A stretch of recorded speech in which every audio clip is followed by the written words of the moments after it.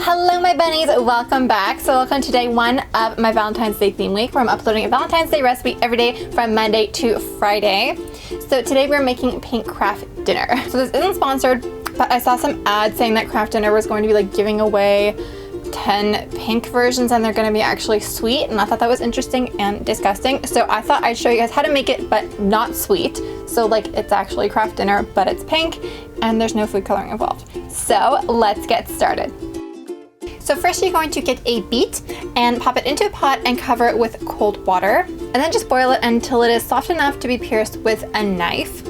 And fun fact, if you're boiling anything that grows under the ground, you want to pop it in cold water and bring it up to a boil, and anything that grows above ground, pop it into already boiling water. Then just strain, peel the beet and chop it into cubes and pop it into a food processor and pulse until it's smooth. Then add 2 tablespoons of milk and pulse until the beet mixture is more of a smooth puree. So the milk will help liquefy it and smooth it out even more. And head on over to my Instagram because I have a video where I'm feeding my dogs the rest of the plain beet puree and it is absolutely adorable, so I highly recommend you watch it.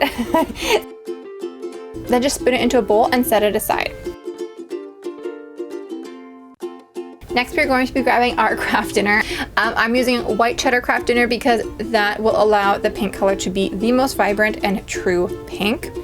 So you just want to make it like it says on the package. So just pour the noodles into the water, boil as long as it says on the package, and then drain and return the noodles to the pot. Then add some butter, 1/3 cup of milk, and the cheese powder and mix well.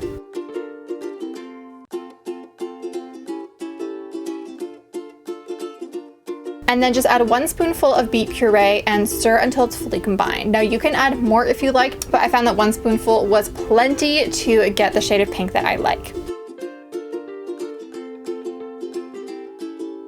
Then just mix it all together, and I topped it with some cheese cubes that I cut into heart shapes because it's Valentine's Day, we're gonna make it extra cute. And you are done. So thank you all so much for watching. I hope that you like this recipe. Make sure you subscribe so that you don't miss out on tomorrow's recipe. Thank you so much for watching, and I will see you tomorrow. Bye!